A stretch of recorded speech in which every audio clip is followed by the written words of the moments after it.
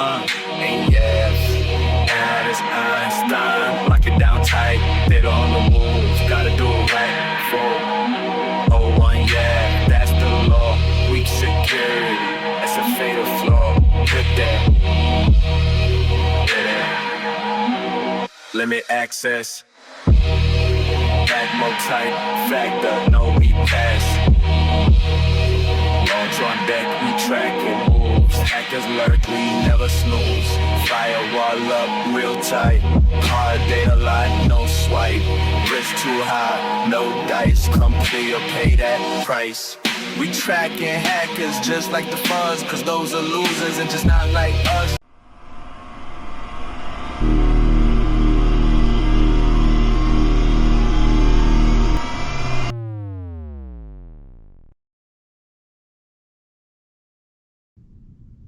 Welcome, my security scholars.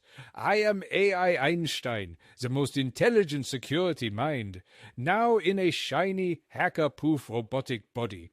Of course, this means I must use my Americana voice, so hold on, please. This video features the introduction to PCI DSS requirements, which is an overview of the 12 requirements for version 4.01. Alrighty then, let's get started. Hello and welcome to our channel, Everything PCI DSS channel series on PCI DSS, the payment card industry data security standard requirements and testing procedures. If you've ever used a credit or debit card for online shopping, at a store, or anywhere else, you've benefited from PCI DSS compliance, whether you realized it or not. But what happens when businesses don't follow these critical security measures? Massive data breaches, legal troubles, and millions in fines. Today, we're going to break down what PCI DSS is, why it's essential, and some real-world examples of what happens when companies fail to comply. And stick around, because in the next videos, we'll be diving deep into each of the 12 PCI DSS requirements to help you understand how businesses protect your payment data. So, what is PCI DSS? If you've ever bought something with a credit or debit card, you've probably benefited from PCI DSS, that's the payment card industry data security standard.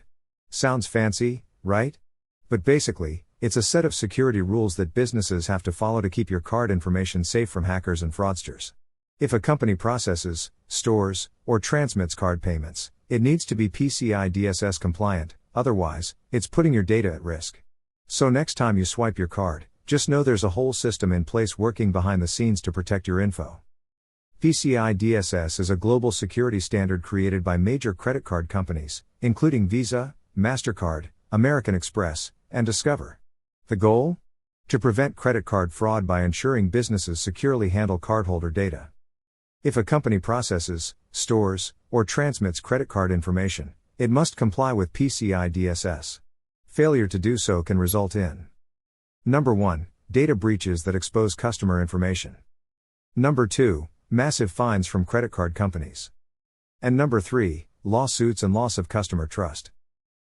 Now let's go over the high cost of ignoring PCI DSS regulations or requirements regarding major violations and real-world consequences. First, let's understand that PCI DSS compliance isn't just a set of recommendations, it's requirements to keep cardholder data safe and secure. Yet, time and time again, companies fail to follow these standards, putting millions of customers at risk. Here are some common PCI DSS violations that lead to strong vulnerability and breaches. Violation example 1. Data security failures, negligence from storing or transmitting sensitive card data without encryption. This includes card numbers, expiration dates, and CVV codes. Keeping cardholder data longer than necessary, even after a transaction is complete. Violation example 2. Weak access controls, negligence in not restricting who can access cardholder data, leaving it open to unauthorized employees or cybercriminals. Using weak passwords or failing to properly secure login credentials for both employees and customers. Violation example 3. Network security gaps, negligence from poorly configured firewalls that leave open doors for hackers. Failing to regularly test and assess security systems, allowing vulnerabilities to go unnoticed. Violation example 4. Outdated or poorly managed systems, using outdated or unsupported software, making it easier for hackers to exploit security holes. Not using file integrity monitoring to detect unauthorized changes to critical systems. Violation example 5. Lack of clear security policies, Failing to document security changes makes it hard to track and fix vulnerabilities.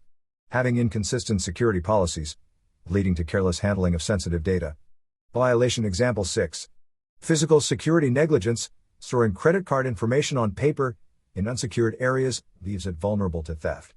Leaving cardholder data in plain sight, exposing it to unauthorized individuals. Now pay attention, because here are some real-world examples of consequences for non-compliance to PCI DSS requirements. A company that was non-compliant, the retail giant Target, in 2013. A massive data breach exposed 40 million customers' credit and debit card details, all due to poor security practices. Another non-compliant company, Home Depot, in 2014. A cyber attack compromised 56 million credit card numbers, one of the largest retail breaches in history. Another non-compliant company, Heartland Payment Systems, in 2008. More than 100 million credit card details were exposed due to weak encryption practices. Another non-compliant company, TJX Companies, in 2006. Hackers stole the data of 45 million customers, largely due to outdated security protocols. And a big one, Equifax, in 2017. 147 million people impacted. Equifax breach wasn't just about stolen credit card data, it exposed 147 million people's social security numbers. Equifax failed to patch a known vulnerability, a direct violation of PCI DSS guidelines. The result? A $500 million settlement and irreversible reputation damage. Cyber Vantage 360. These cases are stark reminders of just how costly PCI DSS noncompliance can be. In conclusion, let's cover a summary of the current 12 PCI DSS requirements version 4.01. To prevent such disasters as data breaches, PCI DSS outlines 12 key security requirements that every business must follow. So in our upcoming videos, we'll explore each one in detail. Here's a quick preview. Business security objective: to build and maintain a secure network and systems. Requirement number 1: install and maintain network security controls, such as firewalls, routers, and network protection. Requirement number 2: apply secure configurations to all system components, for example, prevent default settings from exposing vulnerabilities. Business security objective: to protect account data. Requirement number 3: protect stored account data with, for example, encryption and secure storage.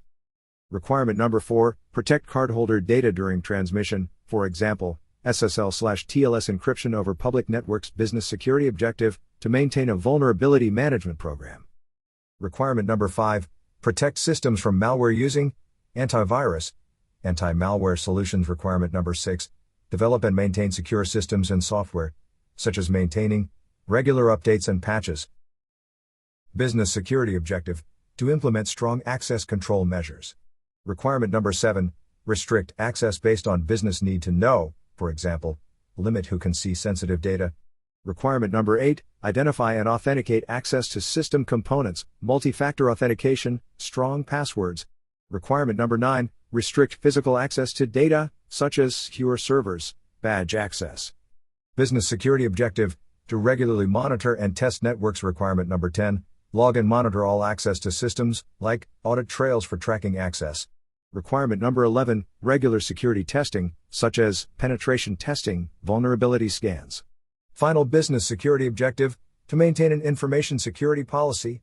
Requirement number 12: support security with policies and programs like employee training, security awareness. Well, that concludes the introduction to the PCI DSS requirements video. Stay tuned by hitting the like, hit the subscribe icon, and then hit the bell, because we will cover and explain the whole PCI DSS publication. Also, we'll cover the glossary, the SAQ, the ROC or the ROC, and the AOC, and other PCI DSS related documents, including interviews. In fact, in our string of upcoming videos, we'll break down each PCI DSS requirement, explaining how it works and why it matters, and how to test it. Again, if you found the information helpful and informative, then please like, subscribe, and hit the notification bell so that you don't miss our next deep dive into PCI DSS cybersecurity. If you are a PCI compliance analyst, security auditors, cybersecurity engineer, a compliance officer, or a GRC specialist that deals with PCI DSS issues, or it's your job to look for vulnerabilities such as penetration testing, vulnerability scanning, and risk assessments, feel free to leave your information in the email provided below so that we can contact you to schedule a video interview for the community of cybersecurity. Please submit PCI DSS related questions to ask in an interview with a professional. Thank you so much for your support. Let's learn and secure those transactions together, and I wish you and your families good health. Take care. That was great information. I enjoyed our time together. I will see you in a week when we dive into requirement 1 of PCI DSS version 4.01. Like UT, subscribe to this channel to see me again. Bye now.